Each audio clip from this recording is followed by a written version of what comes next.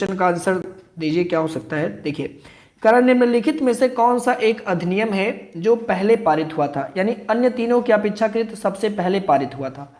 तो सही जवाब जो आपका हो जाएगा वह होगा वन्यजीव संरक्षण अधिनियम 1900, वन्यजीव संरक्षण अधिनियम 1972 यानी 1972। तो सही जवाब हो जाएगा इस प्रश्न का आपका चौथा वाला उत्तर। अब देखिए, आपको कुछ और अधिनियम याद रखने हैं क्रमानुसार। कम से कम इन अधिनियमों का नाम आपको पता होना चाहिए, ठीक है, इतना तो आपको पता होना चाहिए अगर आप अधिनियम पढ़ रहे हैं तो प्लीज एक बार आप इसका स्क्रीनशॉट ले लीजिए, उसके बाद हम एक एक करके पढ़ाते हैं, ठीक है।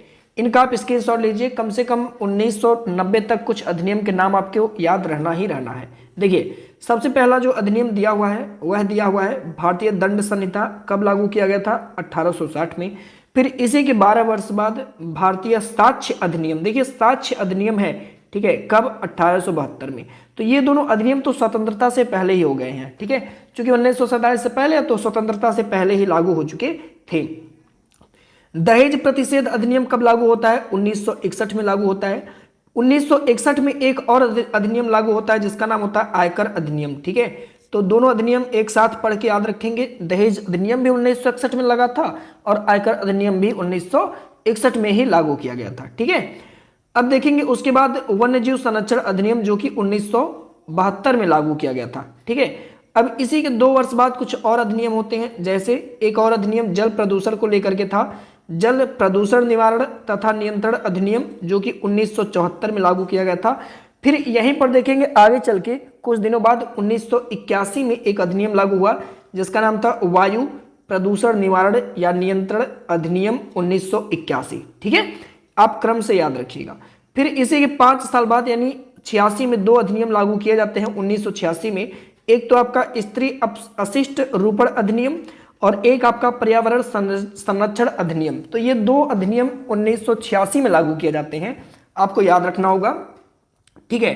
फिर इसके बाद हम लोग बातें करेंगे राष्ट्रीय सुरक्षा अधिनियम। तो राष्ट्रीय सुरक्षा अधिनियम 1980 में लागू किया जाता है। बात करेंगे मोटरयान अधिनियम, ये 1988 में, ये वाला काफी इंपॉर्टेंट है। और 1988 से आपको 2 अधिनियम याद रखना है। सबसे पहले तो मोटर वाहन अधिनियम यानी मोटरयान अधिनियम, फिर उसके बाद भ्रष्टाचार निवारण अधिनियम। तो इस तरह से ये 2 अधिनियम 1988 में लागू किए जाते हैं। यहीं पर राष्ट्रीय महिला आयोग अधिनियम महा इंपॉर्टेंट है, 1990 में इसे लागू किया जाता है, ठीक है। तो इसको आप लोग याद रखिएगा, आशा करते हैं आपने स्क्रीनशॉट ले ही लिया होगा। आइए हम अगले एक प्रश्न की तरफ बढ़ते हैं। अगला प्रश्न देखिएगा, बाल विवाह प्रतिषेध अधिनियम निम्नलिखित में से किस अधिनियम के बाद लागू किया गया था? सूचना का अधिकार अधिनियम 2005, सूचना प्रदाता संरक्षण अधिनियम। देखिए, इसको आपको याद भी रखना होगा कि ये 2011 में लागू किया गया है, सूचना प्रदाता संरक्षण अधिनियम। आपको याद रखना होगा कि लोकपाल और लोकायुक्त अधिनियम 2013 में लागू किया गया था।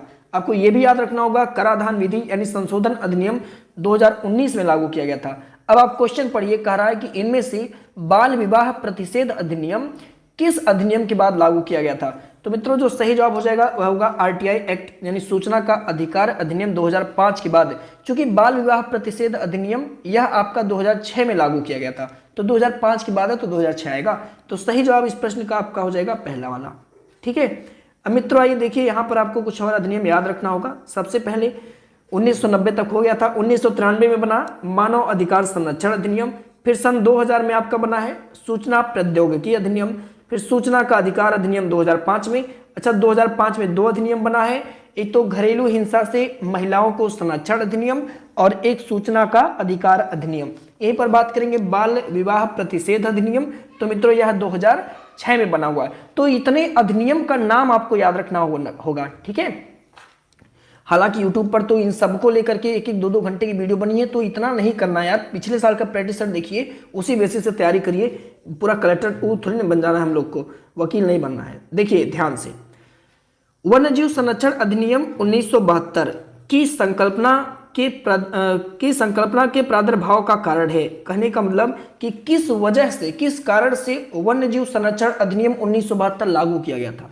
तो क्यों लागू किया गया होगा? वन्य जीव, जाहिर सी बात है कि वनों में रहने वाले जीवों की, नहीं, ये देखिए प्रादुर्भाव, यहां पर एक पॉइंट गड़बड़ी हो जाएगा, प्रादुर्भाव, ठीक है। जो ये क्वेश्चन देखिए क्या कह रहा है कि किसकी संकल्पना के प्रादुर्भाव यानी किसके कारण से लागू किया गया था वन्य जीव संरक्षण अधिनियम 1972। अब देखिए जनसंख्या विकास, तो जनसंख्या विकास हो रहा है, जनसंख्या बढ़ने के साथ लोग क्या कर रहे हैं, इंडस्ट्रीज को बढ़ा रहे हैं, इसकी वजह से पेड़ कट रहा है, पेड़ कट रहा है तो पंछियां कहाँ रहेंगे, जानवर कहाँ रहेंगे, तो इसकी वजह से लागू किया गया। ठीक है। औद्योगिक प्रगति, औद्योगिक प्रगति मतलब इंडस्ट्री लग रही है, कंपनी लग रही है, कंपनी लगने की वजह से जल प्रदूषित हो रहा है और उससे वायु का प्रदूषण हो रहा है, जंगल की कटाई हो रही है, भाई उन्हीं सब क्षेत्रों में होता है, तो ये भी एक कारण हो गया। नगरीकरण, नगरीकरण से देखिए मतलब अब पहले गांव में लोग रहते थे, अब नगर की ओर बढ़ रहे हैं, तो नगर की ओर बढ़ रहे हैं, जहां जगह नहीं वहां जगह बना रहे हैं, पेड़ काट रहे हैं, तो इन्हीं सब कारणों की वजह से वन्य जीव संरक्षण अधिनियम 1972 लागू किया गया, यानी इसकी संकल्पना प्रादुर्भाव में आया, मतलब बनाना आवश्यक समझा गया। सही जवाब आपका हो जाएगा ये तीनों, कि तीनों है। ठीक है, यानी चौथा हो जाएगा राइट आंसर आपका इस प्रश्न का। अब देखिए कुछ और पॉइंट आपको याद रखना होगा, देखिएगा अगर हम बात करेंगे वन्य जीव संरक्षण अधिनियम 1972 की, तो 9 सितंबर 1972 को यह प्रवर्तन में आया, मतलब लागू किया गया, चालू किया गया, और इसका विस्तार समूचे भारत में है, पूरे भारत में है। इसमें कुल 7 धारा, 7 अध्याय, 66 धारा और 6 अनुसूचियां हैं, तो ये वाला पॉइंट कभी जीवन में पूछेगा भी नहीं ना। ठीक है, बस आपको यही पूछ सकता है कि 9 सितंबर 1972 को वन्य जीव संरक्षण अधिनियम लागू किया गया था, बस आपको यही बताना है। ओके, आगे बढ़ चलिए नेक्स्ट क्वेश्चन। क्वेश्चन कह रहा कि वन्य जीव संरक्षण अधिनियम 1972 के प्रायोजन के लिए वन्य जीव परिरक्षण निदेशक की नियुक्ति किसके द्वारा की जाती है। ये क्वेश्चन काफी इंटरेस्टेड है, देखिएगा जो अभी आपने देखा कि वन्य जीव संरक्षण अधिनियम 1972 लागू तो हो गया, लेकिन अब वो लागू कराएगा कौन, उसका प्रयोजन कौन करेगा, देखरेख कौन करेगा, तो उसकी देखरेख के लिए एक पद है जिसका नाम है वन्य जीव परिरक्षण निदेशक, और इनकी नियुक्ति जो है किसके द्वारा की जाती है, तो इनकी नियुक्ति केंद्र सरकार के द्वारा की जाती है। ठीक है, किसके द्वारा की जाती है, केंद्र सरकार के द्वारा। ऐसा कहां पर लिखा हुआ, तो वन्य जीव संरक्षण अधिनियम 1972 की धारा संख्या 3 में, कहां पर, धारा संख्या 3 में लिखा हुआ है कि जो वन्य जीव परिरक्षण निदेशक होंगे इनकी नियुक्ति कौन करेगा, केंद्र सरकार करेगा। ठीक है ना। अब देखिए इसी में वन्य जीव संरक्षण अधिनियम 1972 की धारा 4 में क्या लिखा हुआ है, तो पढ़िएगा इस चीज को, कि धारा 4 में इन्होंने लिखा है कि भाई अब तो केंद्र सरकार ने अपना सेटिंग कर लिया, लेकिन राज्य सरकार किसकी किसकी नियुक्ति कर सकती है, तो देखिए राज्य सरकार नियुक्ति कर सकती है। ठीक है, किसकी किसकी, तो एक मुख्य वन्य जीव संरक्षक की, वन्य जीव संरक्षक की, अवैतनिक वन्य जीव संरक्षक की, या ऐसे अन्य कर्मचारी अगर उसको आवश्यक लगे कि वनों की सुरक्षा के लिए कर्मचारी नियुक्त करना चाहिए तो राज्य कर सकता है। किसके अकॉर्डिंग कर सकता है, तो आप कहेंगे कि अधिनियम की धारा 4 के अनुसार ऐसा राज्य सरकार कर सकता है। ठीक है ना। आगे चलिए मित्रों, लाइक जरूर करिएगा अगर समझ में आ रहा होगा। ठीक है, नहीं तो भाई जैसी भावना रहेगी आप इसी तरह से काम पाएंगे, सफलता भी आपको उसी तरह से मिलेगी जैसे आपके अंदर की भावना रहेगी। तो प्लीज समझ में आ रहा है अगर, तो दिल से लाइक करिएगा जरूर। आगे, भारतीय वन्य जीव संस्थान ये अलग है, केंद्रीय पर्यावरण वन एवं जलवायु परिवर्तन मंत्रालय के अंतर्गत एक स्वतंत्र निकाय है, लेकिन इसका गठन कब हुआ था यह आपसे पूछ रहा है कि जो भारतीय वन्यजीव संस्थान है इसका गठन कब हुआ था। तो मित्रों इसका गठन 1982 में किया गया था। सही जवाब इस प्रश्न का हो जाएगा आपका बी वाला, 1982 में। अब ये कहां पर है भारतीय वन्यजीव संस्थान, तो आपका जवाब होगा सर ये देहरादून में। कहां पर है, देहरादून में है। ठीक है, अब देहरादून कहां पे पड़ता है, तो आप कहेंगे सर ये तो उत्तराखंड में पड़ता है। कहां पर पड़ता है, उत्तराखंड में पड़ता है। ठीक है, अब ये संस्थान क्या करेगा, किस लिए बनाया गया है भारतीय वन्यजीव संस्थान, तो आप कहेंगे सर यह बनाया गया है जो लुप्त प्राय जीव हैं, मतलब जो लुप्त प्राय हो गए हैं, जैव विविधता को लेकर के, वन्य जीव को लेकर के जो नीतियां बनाएंगी, जैव विकास, जलवायु परिवर्तन जैसे क्षेत्रों में शोध और कार्यक्रमों का संचालन करने के लिए। ठीक है, कुछ कार्यक्रम करेंगी, कुछ संचालन करेंगी, जागरूकता फैलाएंगी। ठीक है, लुप्त प्राय जीवों के लिए, जैव विविधता के लिए, ठीक है, वन्य जीव के लिए नीतियां बनाएंगी। तो इन सभी कार्यों के लिए बनाई गई है क्या, भारतीय वन्यजीव संस्थान। ठीक है, तो इसको आप याद रखेंगे। लोकेशन आपको पता है, देहरादून, उत्तराखंड। ओके, अगला देखिए नेक्स्ट क्वेश्चन है, डाट के द्वारा राष्ट्रीय वन्यजीव बोर्ड का गठन किया जाता है। इसके बारे में उपबंध वन्यजीव संरक्षण अधिनियम की धारा 5 क में दिया गया है। किसके द्वारा किया जाता है, राष्ट्रीय वन्यजीव बोर्ड का गठन। तो मित्रों राष्ट्रीय वन्यजीव बोर्ड का गठन इस अधिनियम की धारा 5 के अनुसार केंद्र सरकार के द्वारा की जाती है। किसके द्वारा, केंद्र सरकार के द्वारा की जाती है। तो सही जवाब हो जाएगा केवल बी, यानी बी वाला आंसर आपका हो जाएगा राइट। दूसरा, राष्ट्रीय वन्यजीव बोर्ड का गठन किसके द्वारा किया जाएगा? तो केंद्र सरकार के द्वारा किया जाएगा। किस अधिनियम के तहत किया जाएगा? तो आप कहेंगे वन्यजीव संरक्षण अधिनियम 1972 के कौन सी धारा? तो 5क के तहत किया जाएगा। ठीक है, अब देखिए इस बोर्ड के जो ये बोर्ड होगा राष्ट्रीय वन्यजीव बोर्ड, इस बोर्ड के अध्यक्ष कौन होंगे? तो मित्रों इस बोर्ड के अध्यक्ष होंगे प्रधानमंत्री। कौन होंगे? प्रधानमंत्री होंगे। आपको ये चीज याद रखना है। ठीक है, क्या कौन होंगे? तो प्रधानमंत्री होंगे इस बोर्ड के अध्यक्ष। यहीं पर अगर हम लोग बात करेंगे राज्य वन्यजीव बोर्ड, तो मित्रों राज्य वन्यजीव बोर्ड का प्रावधान कहां पे है? तो हम बताएंगे वन्यजीव संरक्षण अधिनियम 1972 की धारा किसके अकॉर्डिंग? ठीक है, 6 के अकॉर्डिंग, धारा 6 के अनुसार। ये धारा 5 के अनुसार था, धारा 6 के अनुसार एक राज्य वन्यजीव बोर्ड होगा जिसका गठन राज्य सरकार करेगी। गठन कौन करेगा? राज्य सरकार करेगा। और मेन कौन होगा उसका? तो मुख्यमंत्री होंगे। ठीक है, तो अगर आपसे गलती से पूछ लेता है कि राज्य वन्यजीव बोर्ड के मुख्यमंत्री कौन है, सॉरी राज्य वन्यजीव बोर्ड के अध्यक्ष कौन है, तब आपका जवाब होगा क्या? मुख्यमंत्री। क्या जवाब होगा? मुख्यमंत्री। याद रखिएगा। ठीक है ना? ओके, अब देखिए एक पॉइंट और आपको याद रखना होगा। धारा 5 के अंतर्गत आपने देखा राष्ट्रीय वन्यजीव बोर्ड होगी, धारा 6 के अंतर्गत आपने देखा राज्य वन्यजीव बोर्ड होगा, और इस अधिनियम की धारा 7 के अंतर्गत कहा गया है कि जो राज्य वन्यजीव बोर्ड होगा उसका 1 साल में कम से कम 2 बार अधिवेशन होना चाहिए। कितनी बार? 2 बार अधिवेशन होना चाहिए राज्य वन्यजीव बोर्ड का। अब ये दोनों बार अधिवेशन कहां पर होगा? तो ये राज्य सरकार तय करेगी कि ये दोनों टाइम जो है अधिवेशन किस किस क्षेत्र पर किया जाएगा। तो अगर गलती से आपसे पूछ लेगा तो आप बताइएगा। ठीक है, धारा नंबर 7 में कितनी बार होना चाहिए अधिवेशन राज्य वन्यजीव बोर्ड की? तो 2 बार होनी चाहिए। ओके, ये सारी पॉइंटें इसमें लिखी हुई हैं। अगर आप चाहें तो मेरे मन की बात है, सब यहाँ पर इसको प्रिंट कर लीजिए, स्क्रीनशॉट ले लीजिए। ठीक, चलिए आगे बढ़ते हैं। स्क्रीनशॉट लेते रहिए ताकि आपको लिखने में सुविधा हो। बाकी अगर कोई पीडीएफ वाले बैच से जुड़ना चाहता है, प्रैक्टिस बैच से, तो वो जुड़ सकता है।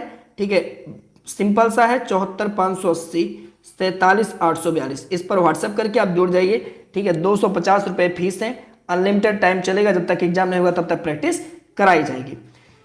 क्वेश्चन क्या करा कि वन्यजीव संरक्षण अधिनियम 1972 की धारा 11 के अंतर्गत निम्नलिखित में से किस एक विशेष परिस्थिति में वन्य प्राणियों की शिकार की अनुमति दी जाती है? हालांकि जो वन्य जीव है इनको मारने की अनुमति नहीं दी जाती है, लेकिन धारा 11 में कुछ विशेष परिस्थिति में लिखी हुई है कि आप जो है वन्य जीव प्राणियों को मार सकते हैं अगर वह जो वन्य प्राणी है मानव जीवन के लिए डेंजर हो जाए, खतरा हो जाए, खतरनाक हो जाए, मतलब पागल या दिवालिया हो जाए। अगर वह जो प्राणी है वह निशक्त हो जाए, मतलब चल फिर ना पाए, ऐसा उसकी कंडीशन हो जाए कि वो ठीक ना हो पाए, तो इन दोनों परिस्थितियों में आप क्या कर सकते हैं? मार सकते हैं।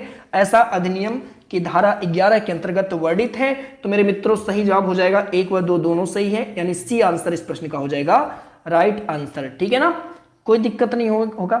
ठीक है, चलिए आगे देखते हैं। नेक्स्ट क्वेश्चन है, लेकिन उससे पहले आप इसे नोट कर लीजिए। एक व्यक्ति है जिनका नाम है बाबुल सुप्रियो, वर्तमान में कौन है? राज्य मंत्री। किसके? पर्यावरण वन एवं जलवायु मंत्रालय के राज्य मंत्री हैं श्री बाबुल सुप्रियो। इनका नाम आपको याद रखना होगा। ओके, चलिए अगला प्रश्न देखते हैं। नेक्स्ट क्वेश्चन मित्रों, अंतर्राष्ट्रीय वन दिवस प्रतिवर्ष कब मनाया जाता है? ऐसे क्वेश्चन आपसे पूछे जाएंगे मूल विधि से, इतना खतरनाक नहीं पूछा जाएगा जितना लोग पढ़ा रहे, ऐसा नहीं होगा। ठीक है, अंतर्राष्ट्रीय वन दिवस प्रतिवर्ष कब मनाया जाता है? तो मित्रों 21 मार्च को। कब? 21 मार्च को मनाया जाता है अंतर्राष्ट्रीय वन दिवस। ओके, इस वर्ष जब 2020 इसे मनाया गया तो इसका मुख्य विषय था वन और जैव विविधता। क्या मुख्य विषय था? वन और जैव विविधता। ठीक है, वन और जैव विविधता के मुख्य थीम के साथ इस बार अंतर्राष्ट्रीय वन दिवस 21 मार्च को मनाया गया। ओके, यहां पर देखेंगे कुछ चीजें लिखी हुई हैं, आप इसे प्लीज स्क्रीनशॉट ले लीजिए। देखिए 22 मार्च को हम बातें करेंगे तो विश्व जल दिवस मनाया जाता है। इसका मुख्य विषय है जल और जलवायु परिवर्तन। ठीक है, 22 मार्च को मनाया गया। तो 2020 में इसका मुख्य विषय क्या है? जल और जलवायु परिवर्तन। 9 मई को विश्व प्रवासी दिवस मनाया जाता है। इस बार थीम था पक्षी हमारी दुनिया को जोड़ती है, और ये 9 मई को मनाया गया है। क्या? विश्व प्रवासी दिवस, आपको याद रखना होगा। ठीक है, चलिए मित्रों अगला प्रश्न है। भारत का डाट अधिनियम जंगली जानवरों, पक्षियों और पौधों के लिए सुरक्षा प्रदान करता है। यूपीएसआई 2017 का एक क्वेश्चन है। कब का? 2017 का ये क्वेश्चन है भैया, यूपीएसआई। ठीक है, याद रखेंगे, ये क्वेश्चन आपके 2017 में पूछा गया था। तो कौन करता है, तो इसका जो सही जवाब होगा वह क्या हो जाएगा, तो भैया इसका राइट आंसर हो जाएगा वन्य जीव संरक्षण अधिनियम 1972, यानी चौथा होगा इस प्रश्न का राइट आंसर। ठीक है, अब देखिए कुछ पॉइंट और आपको इसको लेकर के याद रखना होगा, ध्यान से देखिएगा। दरअसल वन्य जीव संरक्षण अधिनियम लागू क्यों किया गया था, तो देश के वन्य जीवों को सुरक्षा प्रदान करने एवं अवैध शिकार, तस्करी और अवैध व्यापार को नियंत्रित करने के उद्देश्य से यह अधिनियम लागू किया गया था। ठीक है, एक क्वेश्चन आपसे गलती से पूछा जा सकता है कि भारत का पहला बायोस्फीयर रिजर्व, दो क्वेश्चन, इसकी स्थापना कब हुई, 1986 में। ये जो पहला बायोस्फीयर रिजर्व है कहां पर है, तो आपका जवाब होगा नीलगिरी में।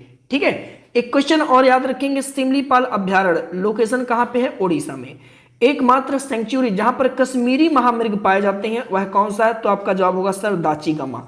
पॉइंट को नोट करिएगा मिलोड, काफी इंपॉर्टेंट है। अगला प्रश्न है, राजाजी राष्ट्रीय पार्क एक प्राकृतिक आवास है, किस जंतु का एक प्राकृतिक आवास है, तो एशियाई हाथी, एशियाई शेर, गैंडा या सुनहरे हिरण। तो सही जवाब हो जाएगा आपका एशियाई हाथी, यानी करेक्ट आंसर होगा आपका पहला वाला आंसर। ओके, अब कुछ चीजें और हैं जो आपको एकदम से याद रखना होगा, स्क्रीनशॉट भी आप कर सकते हैं। देखिए पहला, अगर आपसे पूछे कि कान्हा किसली राष्ट्रीय उद्यान कहां पे है, तो आप बताएंगे मांडला, लोकेशन मध्य प्रदेश। अगर आपसे पूछे बांदीपुर प्रोजेक्ट टाइगर रिजर्व कहां पर है, तो आपका जवाब होगा कर्नाटका में। कहां पर है, कर्नाटका में। अगर क्वेश्चन पूछे कान्हा राष्ट्रीय उद्यान, तो आप मध्य प्रदेश बताएंगे। चंद्रप्रभा वन्य जीव अभ्यारण्य, तो आप उत्तर प्रदेश बताएंगे। शिकारी देवी अभ्यारण्य हिमाचल प्रदेश बताएंगे। फिर इसी तरह से डंफा टाइगर रिजर्व कहां बताएंगे, तो मिजोरम बताएंगे। फिर इसी तरह से सिंगलीला राष्ट्रीय उद्यान कहां बताएंगे, पश्चिम बंगाल। फिर अगर आपसे पूछे वृंदावन गार्डन कहां पे, तो आपका जवाब होगा मैसूर में। घाना पंछी अभ्यारण्य कहां पे है, तो आपका जवाब होगा राजस्थान। बाघों का प्रमुख रिजर्व है सहिष्का, ये कहां पर स्थित है, तो मित्रों आप बताएंगे राजस्थान में ये भी स्थित है। तो मित्रों ये आज के